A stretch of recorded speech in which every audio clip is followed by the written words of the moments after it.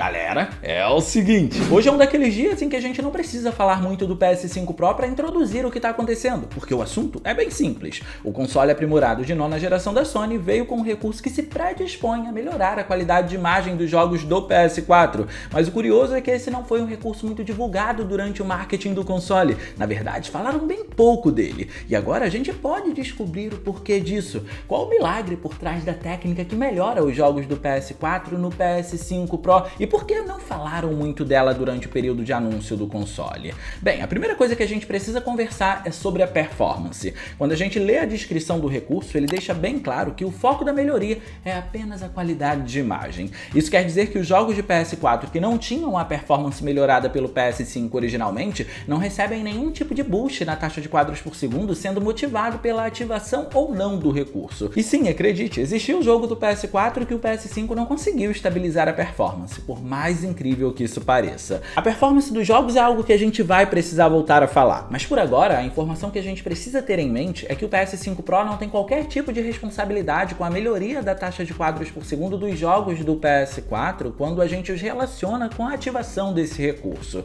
Só que para além disso, essa técnica chama a atenção porque, como o próprio enunciado diz, a ideia é melhorar a qualidade de imagem e não a resolução dos jogos em si. Isso é importante de ser destacado porque o que nós vamos encontrar aqui é uma espécie de técnica de pós-processamento do console que é feita em jogos através de diversas regras e por isso nem todos os jogos se enquadram nessas regras para poder receber esse upgrade. Ou seja, a resolução dos games do PS4 vai continuar sendo a mesma. O que vai ser tratado aqui é a qualidade de imagem no resultado final, como ela se apresenta para você. E acho que esse é um bom momento para a gente ver a primeira das regras que pode parecer a mais óbvia, mas no fim tem um sentido para ela existir. A regra é a resolução em que o PS5 Pro está operando. Para o console conseguir aplicar esses aprimoramentos que ele promete através da ativação do recurso, ele vai precisar estar conectado a um monitor de 1440p ou em 4K. Não é difícil de entender o porquê disso, já que um dos pontos visuais que são melhorados pela técnica é a nitidez da imagem, e não faria muito sentido por conta disso colocar o PS5 Pro numa resolução em 1080p para trazer aprimoramentos num jogo de PS4.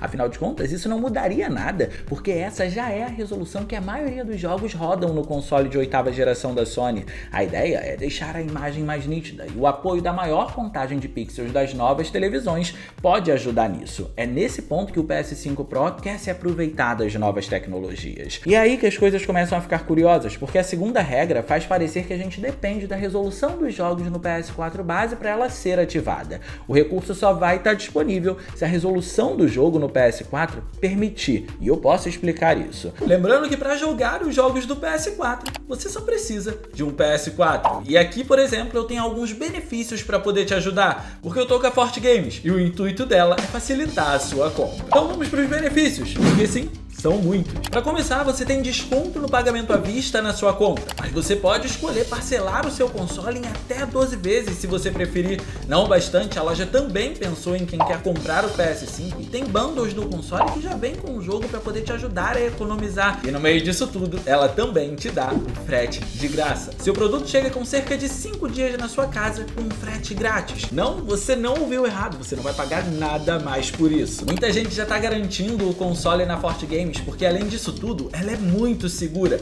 Os produtos chegam lacrados na sua casa, ela usa o Mercado Pago para proteger o seu dinheiro até seu produto chegar para você. E agora olha que raridade, o atendimento é humanizado. Tem gente para poder te atender no WhatsApp durante todo o processo e até foto do seu produto com o código de postagem você vai receber quando ele for enviado. Isso tudo porque a ideia da Forte Games é te manter a par de tudo que está acontecendo com o seu produto. Então não perde tempo, porque além de todos esses benefícios, a Forte Games é extremamente segura. Vai para a loja garantir o seu console, link no comentário fixado e na descrição. Na 8ª geração de consoles, muitos jogos conseguiam rodar tanto em 1080p, assim como também em uma resolução abaixo disso. Por isso, para o recurso funcionar então, 1080p é a resolução limite que um jogo precisa operar no PS4. Nada além disso. Não existe tratamento na resolução interna nem nada do gênero. A ideia é apenas fazer com que esses jogos consigam ter uma aparência melhor em TVs com resoluções mais altas, mesmo que a resolução resolução deles seja uma resolução muito mais baixa.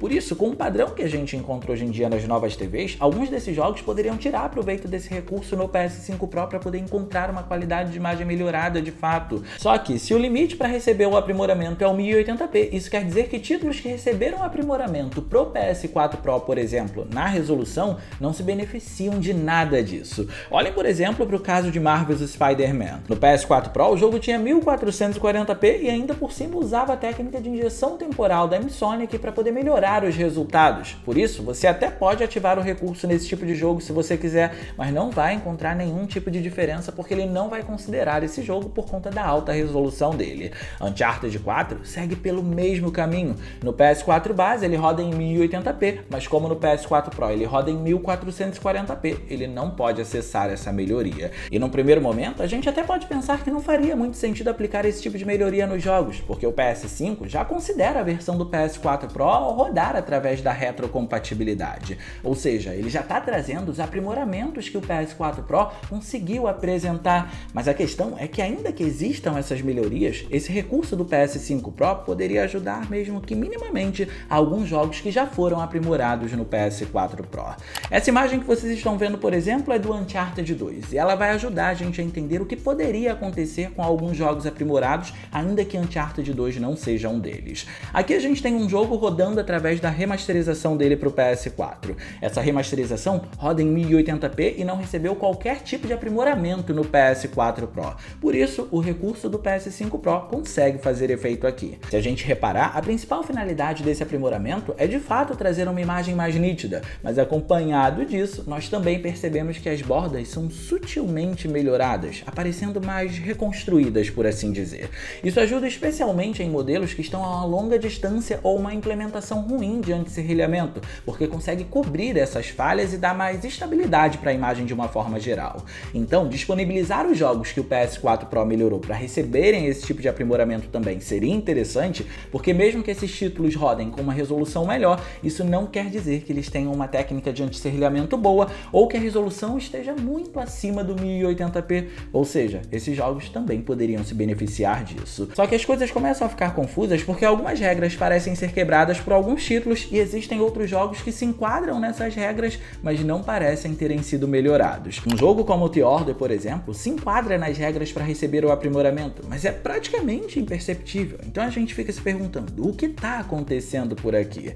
Existe um motivo para isso aparentemente, e esse motivo revela que a gente, na verdade, não pode esperar muito dessa técnica. Mas antes de falar dele, é importante mencionar a inconsistência do recurso. Olhem isso, esse é Knack, um jogo que teve muita dificuldade no PS4 Pro, mesmo tendo recebido um aprimoramento para ele. Knack tem dois modos visuais. Um modo é o qualidade, que roda em 1728p, e o outro é o modo performance, que se foca em 1080p de resolução. Ambos os modos estão considerando o poder do PS4 Pro para serem executados, ou seja, foram trabalhados para ele. Independentemente do modo que você escolha, a gente está falando de um jogo que foi aprimorado pro PS4 Pro.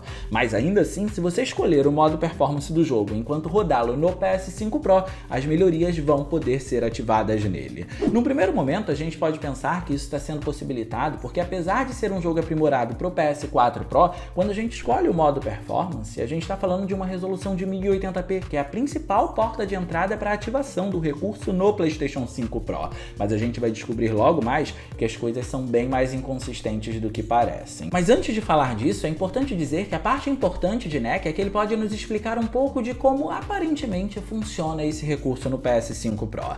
Knack é um jogo mais colorido e pode ter mais vantagens com o uso da técnica, porque nós temos a última regra do recurso para ele ser usado e ter um bom aproveitamento com ela, que é usar o contraste das cores. Aqui a gente começa a entender por que The Order não recebeu o mesmo nível de aprimoramento que Knack recebeu com o uso da técnica do PS5 Pro.